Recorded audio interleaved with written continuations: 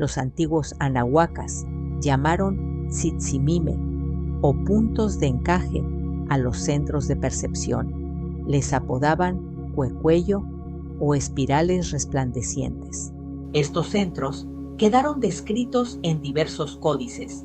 De abajo hacia arriba son Colotl, escorpión, en la zona sexual, el centro de la reproducción. La activación del centro sexual es un logro prebiótico. Pertenece a la química compleja, cierto tipo de química orgánica anterior al surgimiento de los organismos, capaz de adquirir información, recombinarla y dividirse. Y fue heredado por la vida. En consecuencia, todos los seres vivos tienen activo ese centro desde su concepción, pues es la base sobre la cual la energía vital construye los vehículos de expresión, el cuerpo físico y los campos energético, emocional y mental. Iguit, plumón, en el vientre, el centro de la socialización. La activación del centro ventral es el primer logro de la vida. Ocurre de forma natural en numerosas especies, tanto de vertebrados como de insectos. Incluso, algunos microorganismos han aprendido a socializar. Este centro se activa en el momento de nacer y produce ascendencia, la capacidad de percibir a los demás e influir sobre ellos. Pantli, bandera, en el ombligo, el centro de la voluntad. La activación del centro umbilical es un logro reciente de la naturaleza. Hasta donde sabemos, solo aparece en los vertebrados superiores. Produce liderazgo, la capacidad de poner un ejemplo y de sacrificarse en beneficio del grupo. Ese centro se puede estimular, asumiendo retos y responsabilidades. Xochitl, flor, en el corazón, el centro alteregoico. Aunque presente en el mundo animal, la activación del centro cordial o la capacidad de ponerse en los zapatos del otro es el logro que nos define como seres humanos. En nuestra especie, este centro no se activa por sí.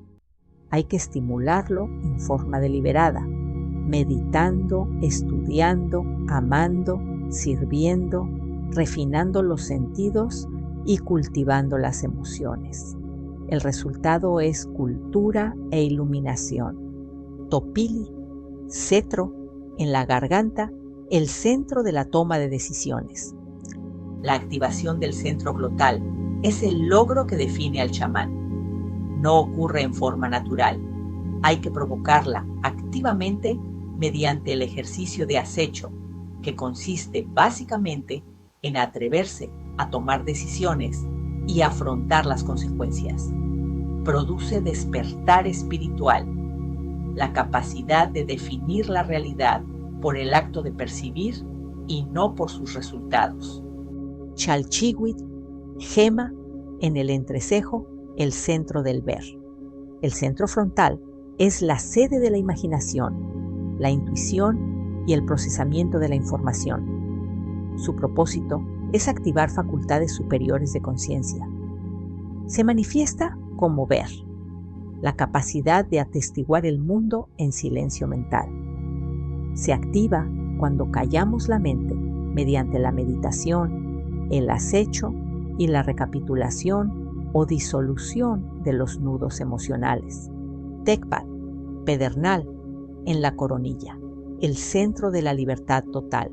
El centro coronario es la sede de los impulsos de creación y libertad. Su propósito es conectarnos con planos superiores de existencia. Se manifiesta como teurgia, un sentido de participación activa en la creación del universo. Se activa al asumir un compromiso irrestricto con la libertad total, mediante el ensueño y el control deliberado de los sueños.